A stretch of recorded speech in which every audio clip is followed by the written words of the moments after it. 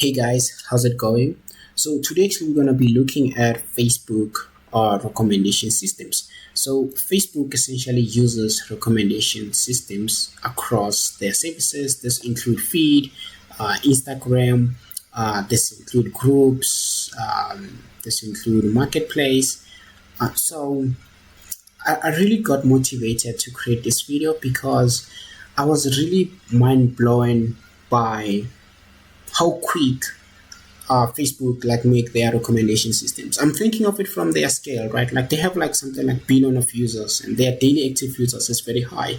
So given like the complexity of building recommendation systems, like you have all of this candidate and retrieval ranking system, components. Now you have to do everything in real time. So how do you then make those recommendations in less than like milliseconds or so, like or a second?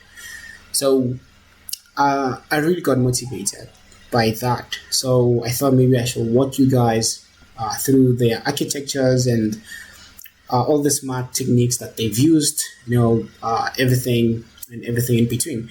So without wasting any time, let's get into it. Um, Looking at the high level design, so we can think of it like we get a query, right? This query, it could be like someone searching on their marketplace, it could be searching for shoes. And that query, it comes with like specific features. It could be the user ID, the time of the day, right? It could be some other attributes, right? And then we pass this query into this box here. I just want you to think of this box for now as a black box. So I'm just gonna write recommendation systems.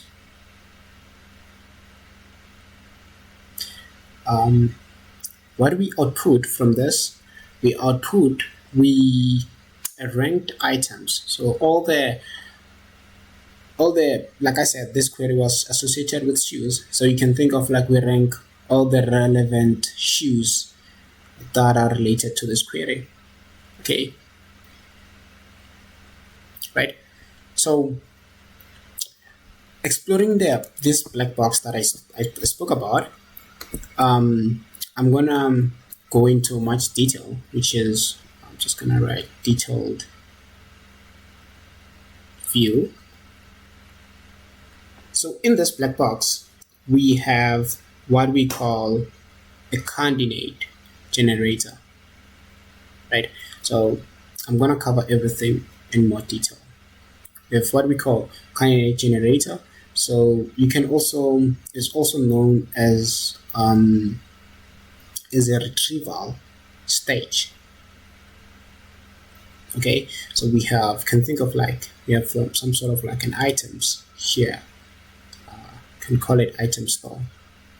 Okay, we retrieve like specific items. Then we have the ranking phase. We're calling this also ranking models.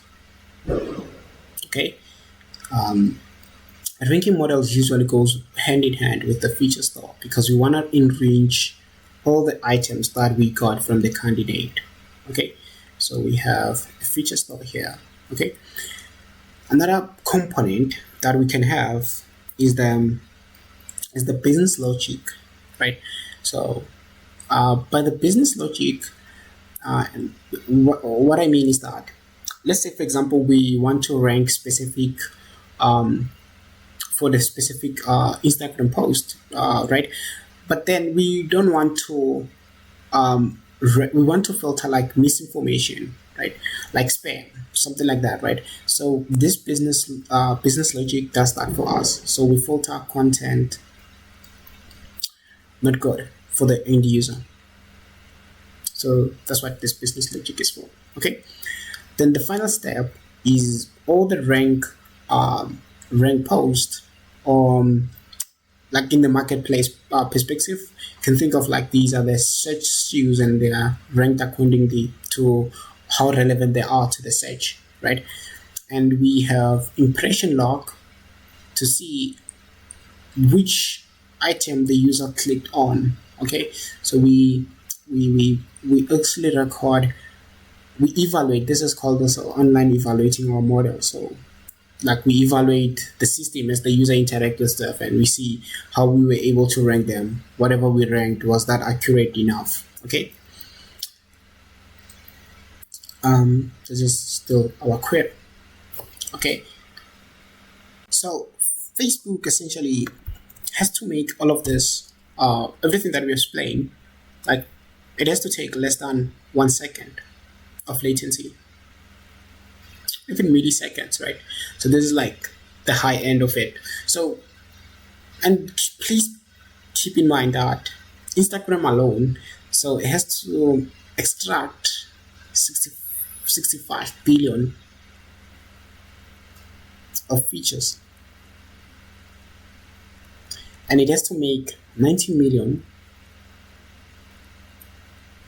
model predictions. Right? So you can see that to achieve this, there has to be some smart techniques that are being used to actually optimize the whole entire model to be able to achieve that for all the users, right? So we're gonna get into that, the smart techniques that they use to make sure that that they meet this requirement. Okay. So now, getting into like more details, let's look at the candidate retrieval step. So you can think of candidate retrieval as this first component that try to like take us from millions of items, like, right, we're coming from millions of items and it takes us to 500 items, right? So these items that it gives us, they're pretty relevant, but they're not as accurate as we might want to be. So it does not aim for precision, rather it was optimized to be fast, right? But even if it's fast, that does not mean the items that it gives us are totally irrelevant. For example, let's say the user goes to Instagram and they want to see all the posts that they like. It will, for example, like we will want to get similar posts that are associated to the user. So I'll get into how we do that. But from an online perspective, you can think of it as like we get a request, right? And we have an embedding layer here, right? For example, from a marketplace where the user can search for something like a shoe, right? We have to embed this, like convert this into like some sort of like numbers, a vector, right? So we're gonna embed the input. Right? So we're gonna have something like 0, 5, 6, 7, 0, 1, or something like this, right? And we push this into this component called retrieve top k. So it's gonna retrieve top k. In this example, I use 500. So let's say retrieve 500, right? So what happens offline? What do we do? What do we do? How did we have this embedding layer, right? So in the offline environment, what we did was that we needed to train an embedding layer, right? This, because of here we're working with tags, this could be, you can think of it as a word to vec, right? So we have a training data and we push this and we embed this, right? And then what we do is that we also have the items. You can think of this as, from maybe feed, you can think of this as post. From marketplace, you can think of this as product. From Instagram, you can think of this as photos, I think, right? Or accounts, right? Something like that. So what we need to do is that we also embed these things. And these, you can see, they go hand in hand, because you need to make sure that you can embed the query and the items close together in space. So I'm going to cover that. I don't want to get ahead of myself. I just want you to get like the high level of architecture first. So we have items. We want to retrieve them based on the search query that we embedded. So what we do is that we have an approximation index, right? So Facebook have created this library called FAS. So you can think of this as an optimized KNN. So what it does is that because of we searching with the vector, like we have to like search all the items. So what it does is that it does not go through all of these billions of items, right? It approximate, so to speak. It approximate. How can I put this? So it compare vectors within a local vicinity, something like that. So that's what it does, and we're gonna get the items that we need. To get a better perspective of like this component of candidate component, I think it would be a good idea to also talk about the models that they use to have that similarity between a query and an item. So for example, let's look at the post like feed, right? So let's say user search for a specific post on Facebook, right? So what they do is that they're using this model called True Tower to achieve the similarity between a query and a post. So they're using this True Tower neural network. So what you can think of it as like we have a query, right? And we have a post. And then we have an embedding layer for the query, right? And we have embedding layer for the post, right? What we do that is that we then have this similarity component. So essentially this make sure that it try to make sure that like the query and the post are close together in space, right? So if you were about to use a consign, you will get if given a query, you'll get all the posts close to this query, right? So another example that we can look into is the marketplace, right?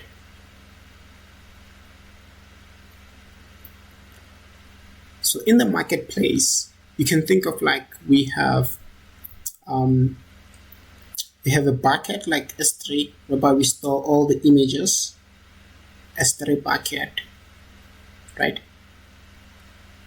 We store all the images, and we have some sort of like a database to store text or to query. So it could be MongoDB, that's okay. So we have, but the point here is that we store the text data set, whereas here we store the image data set.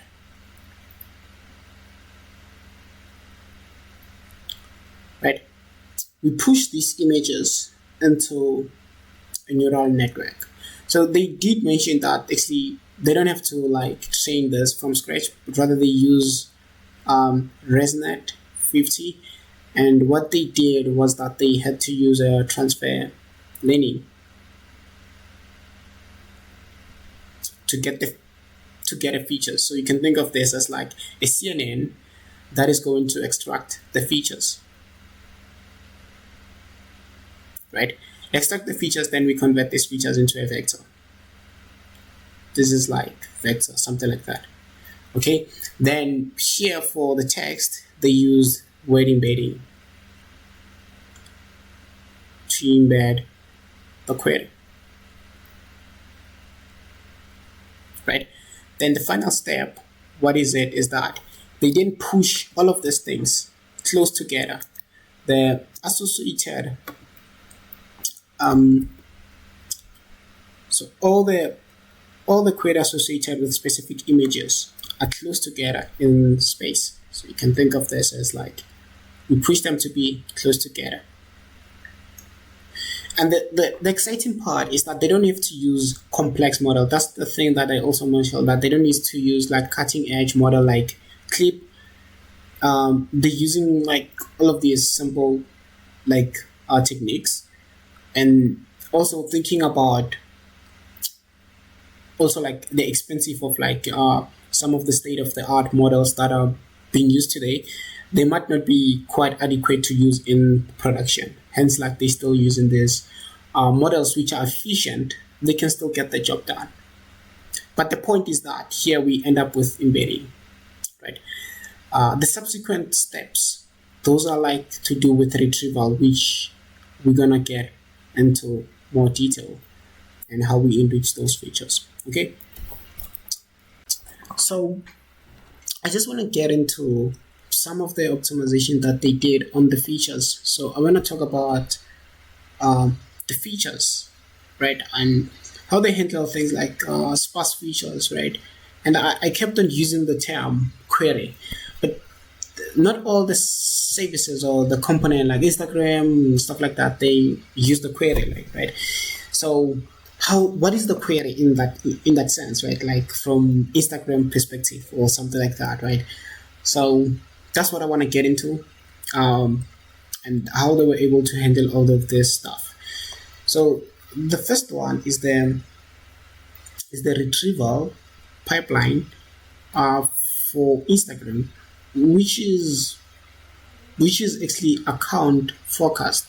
So before I explain this in more details, I want to remind you that like how we give, like we want to identify like accounts which are similar to one another, right?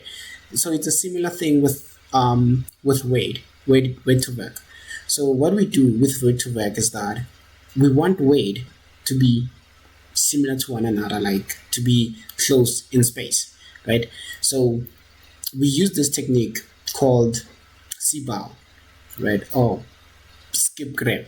So you can think of this as like we learn a weight representation, right? Representation based on surrounding weights.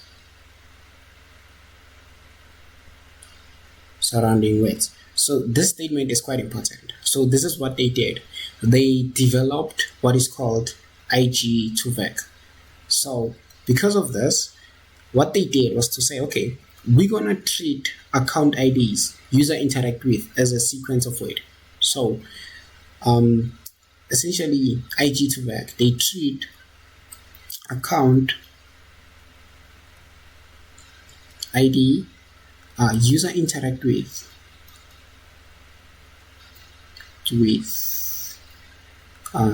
as a sequence of weight, right? So why would they want to do something like this? It's because of the hypothesis that they assume that if a person interact with account in the same section, they're typically the same. So if a person interact with accounts in the same session, they are typically similar. But at the high level, the goal here is that they want all the account, like account about food, they must be here. Account about cars, they must be in this here. Account about close, they must be close to one another, right? So that's the point that they wanted to do, and this way is like we can then be able to recommend account that the user like much easier, right? So that's what they do. So given that, the good thing is that now they can be able to say, okay, in a session, given a specific account, the system can be able to predict other accounts, right? It can be able to predict other accounts that the user is not likely to interact with. So by interaction, I mean they could like, they could save the post or something like that. So some of you might be asking yourself, we mentioned that yes, on Instagram it's account focused, meaning that they embed the account.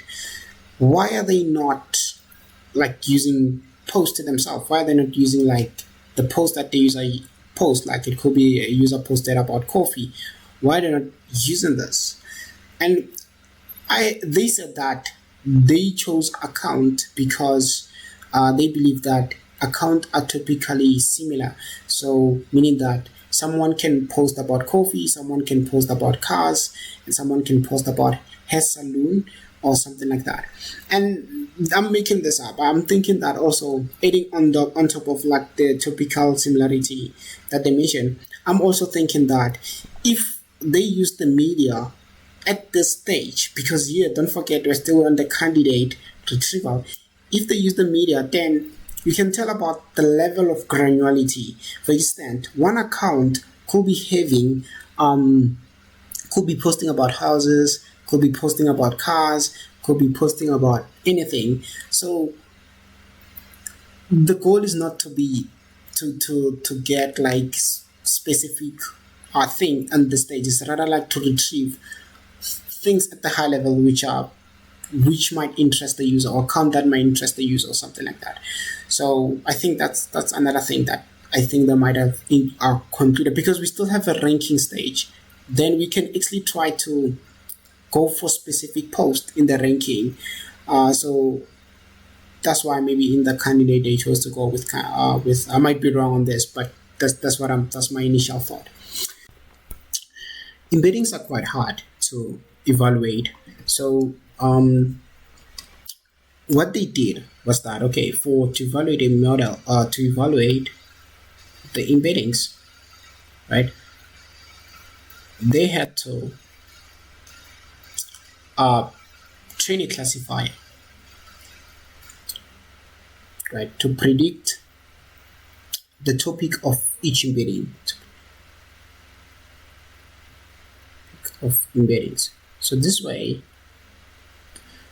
they were able to know if how accurate their embedding is. For instance, given an embedding, does this embedding, is it associated with car? Is this embedding associated with food or something like that? So that's what they did to actually assess the embeddings. And the reason this is because of embeddings can be hard to evaluate. So this is one way they knew that um, the count that are associated together, they are associated together. That's how they were able to prove that state, right? So let's get into the ranking phase. So now we're gonna look into the ranking phase, and we're gonna look at all the techniques that they use. So a ranking phase, you can think of like it's quite slower, right? Um, but it is quite precise, like compared to candidate, right? So we try to enrich all the candidates that we got with more features. So in this step, we want to add more features. Why we adding features is because we want to personalize our recommendations. Okay. Um, so those are the main thing. So from an architectural point of view, you can think of like we spoke about the candidate and we said we could be receiving 500 candidate, right? So we can have those 500 candidates, right? And then what we do is that we're gonna enrich them by adding features, right? From an MLOps perspective, we could be having a feature store because we want to achieve this in real time. Our feature store, maybe it's something like Redis, just to have the features like demographic. By the features, I mean demographic, so something like that, or user data, item data. We push them inside here. Then we push this into the ranking model. This is the ranking model. and we did actually train it here. Okay, so this is online. What do we do on an online? So and this is offline, right? So we train and we create a feature store online and stuff like that. Then online we just enrich the features and we rank and we get um, the output, right? So the most important thing with the step is the ranking features. So this is what we're gonna talk about for the most part. And right, so what kind of features are we talking about, and what transformation are we going to do? So the first feature, we have numerical features.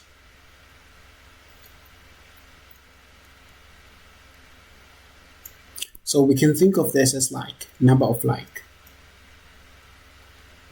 like for a post, something like that, right? You can think of like a post maybe has 65 like, right? So I added these things. Facebook did not actually mention that this is what they did. I just like added all of this stuff just to think this is maybe how the transformations that they might do. So mainly because of like reading research papers, it has been shown that like quantizing or bucketing these continuous features, right, can extremely improve your model. So you apply discretization um, uh, techniques to to to transform this feature. Like I think another one is called k-means, discretizations. I think we have uniform discretizations. These are the features. These are the transformations that you can do. And for the age, maybe the age of the user or the age of the account, right? As a feature, we can apply something like mean encoding, right? So by this, we can take average based on target.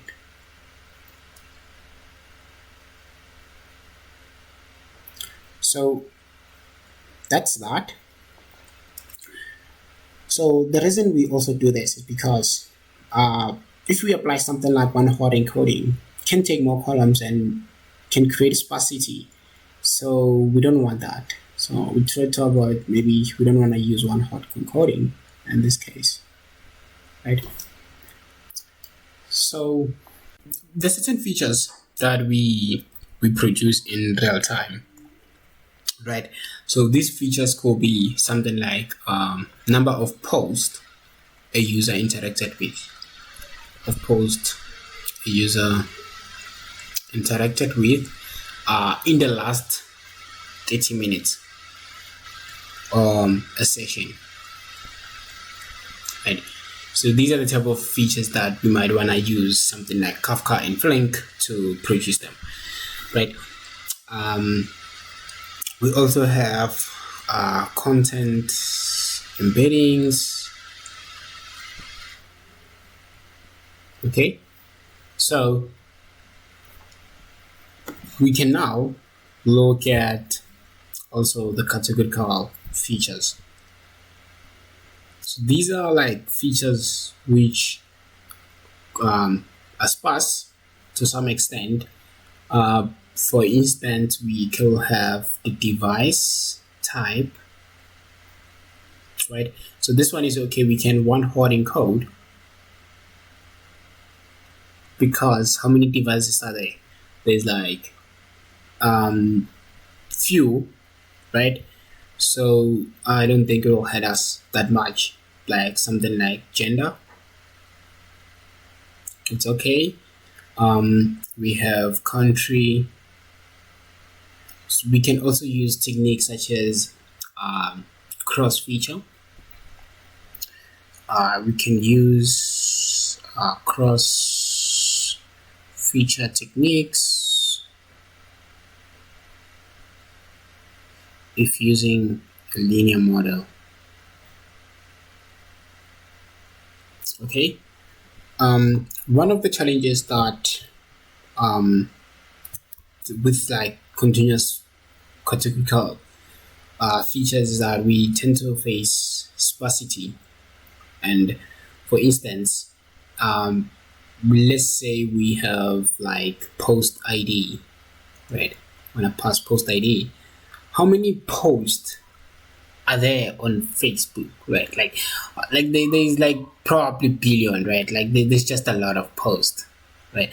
And imagine if like you were about to encode this or one hot encode this, like you will probably face a high. This is like a high dimensional category, so it will be a pain to transform this, right? So I recently read a paper, guys. I actually covered this paper on my YouTube channel because I found it quite interesting, which was called deep hash encoding. So deep hash embedding. So it was by Google. So like the techniques that we use. Before I get into this, the technique that we use is that we will try to use things such as hashing tricks, right, to make sure that like if we embed a post ID, like in an embedding table, some post ID will go to the same thing, right?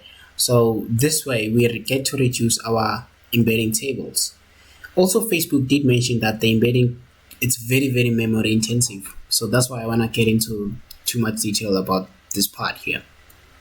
So it's quite memory intensive. So the point is that these are the techniques that we usually use, but they come with like collision, right? You can have collision. So what the paper at the high level, the paper from Google suggests is that how about we have a deterministic neural network, right? That is actually going to produce embeddings for us, and this was actually designed, like the main goal was actually designed for embedding things such as post IDs, video IDs, like IDs, because we don't have this problem. If you can think of like bed model, like I think we have like what 30,000 token, 30k token, right? But now when we come into IDs, like Amazon products, that's where we get to see this high dimensionality of features. And then I think having a model like this, like the model is constant in terms of weight, because these features are dynamic by nature. We always have new post IDs every day. So like now we will never have a problem of like out of vocab or something like that having this model. I pretty much like it. You guys actually can check that video and let me know what you think. I pretty like the idea. I read about the paper from TikTok. It's ByteDance, not TikTok. So they also raised the problem of like embedding, taking quite a lot of memory to transform. So now, guys, I want to get into the ranking models, which is the final part. So what kind of models are they currently using? So, and how did they design it? Actually, Facebook did open source their ranking model. So they're using this model called the DLRM. You can check it on their open source GitHub page for more information. But you can think of it as like it is also more like a two-tower model, whereby we have numerical features, right? We have numerical features, which we then pass these numerical features into an MLP, right? Then we have an embedding lookup component, embedding lookup, um, sparse features goes inside here, right? So they go here. Then we have this interaction layer.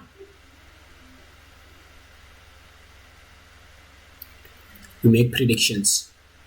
Finally, we make the predictions about the clicks or something like that, and predictions. So this is fed into a sigmoid, right? In order to give probability of interaction. Okay, that's how they kind of like optimize it. But like I said, this is definitely pain. This component here, memory, is a pain. And the good thing is that the technique that I just showed you about, which Google paper covers, like you can check you don't have to do, I know that embedding lookup is constant, but you don't even have to do embedding. You just get a new post ID, for instance. Like even if this is coming from production is new, it's gonna have a automatic embedding. So those are that's why I like it, and I really wish you guys can actually watch it, because I can get your thought and what you think. Maybe it's something that we can build or something like that we can try to replicate. Anyway, now I also want to get into, that's like, I think this is the model that they use on the Facebook product. So I want to get into the one that they use for Instagram. So they use a multi-modal to predict actions and events for Instagram.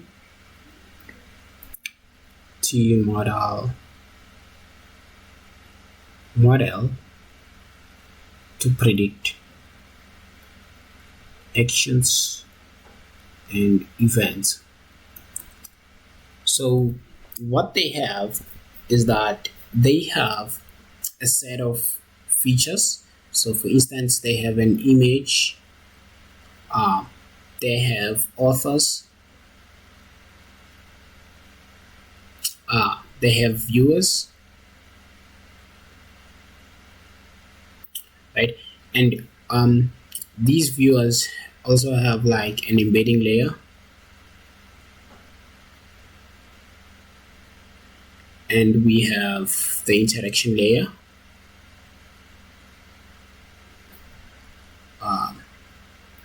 We have also, so you can see that we have viewer and author interaction layer here,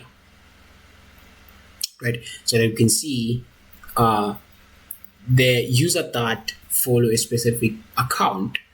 So we also embed the account here. Okay, so we have popularity of the post.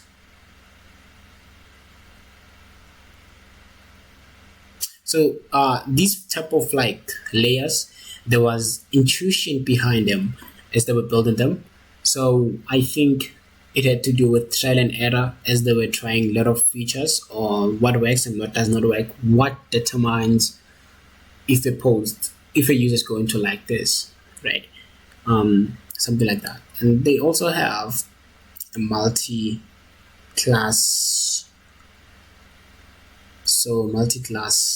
resonance. So this is just to say this image, it predicts the image.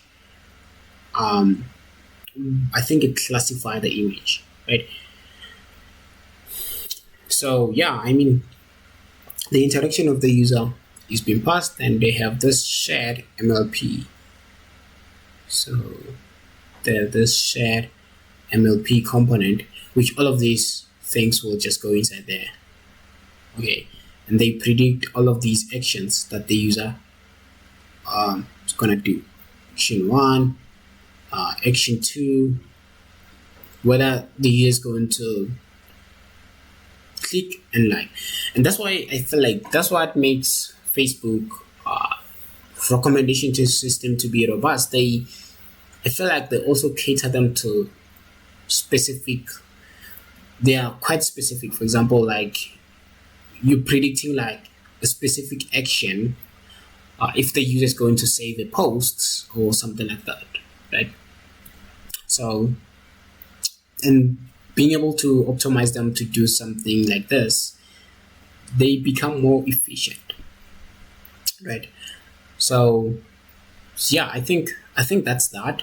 So, but you guys might be wondering, how do they go for 500, right, to 25? Yes, they do use this model, but then using taking 500 and pushing them through this model is gonna like candidate, and pushing them through this ranking model is still not quite efficient. So what they did was that they said they have 3 layers which are quite fast. They have 3 layers. So the first layer, what it does, you can think of it as this, visualize it from this perspective. See, from like this. So you get like candidate, right? It gives you that 500. You move from 500, you move to 150, you move to 50, you move to 25, right? So um so the first layer is that from 500 it takes the minimal features and it peak 150 quality. This is like instant, right? There is no model that is been run here. You just take minimum features and you peak 150 quality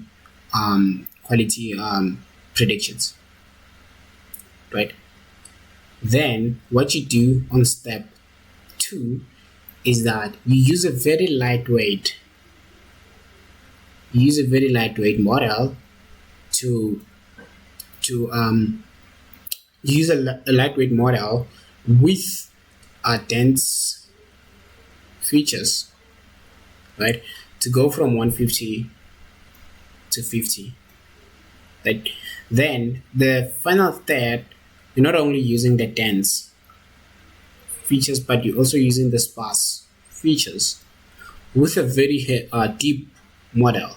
So this is like the deep model to actually predict 25 posts that the user is going to like. Okay, so this is how they overcome this. Their system is so powerful. Like we said that they actually do this in like less than 1 second or so. So I think I really like this optimization that they do here. Okay, so obviously because of we spoke about this layer here, which is we said that we take the viewers, the like, the interaction, all of this, right? But there are certain features which are more powerful than the others. So what they do is that they weight all the features. For example, if you like a post, then you save a post. The hypothesis or the assumption is that a weight to like a post is not going to be greater than the weight to save a post. So they have like something like weight like, then they take times probability of like, right? Then they say plus weight save. Then they multiply this by probability of save. So these weights here, the save is going to be greater. So it's going to be greater than the like, because they believe that to save a post, that means someone likes it more. So that's what they do, something that they do. Right? So in terms of like evaluating this model to see like their quality, they're using the NDCG evaluation criteria. So this is like one of the evaluation models that they will use quite frequently in recommendation system: normalized, discounted, cumulative gain. Check my recommendation system for Google, and I've covered this in more details. Okay, but yeah, guys, I think that's the core. Those are the main things that I can be able to cover. But yeah, I think I have to say thanks, guys. If you have watched to this end, I really appreciate this. Yeah, I'll keep on covering this machine learning system design papers, and yeah, we're gonna keep on designing some of them ourselves. Thanks, guys. And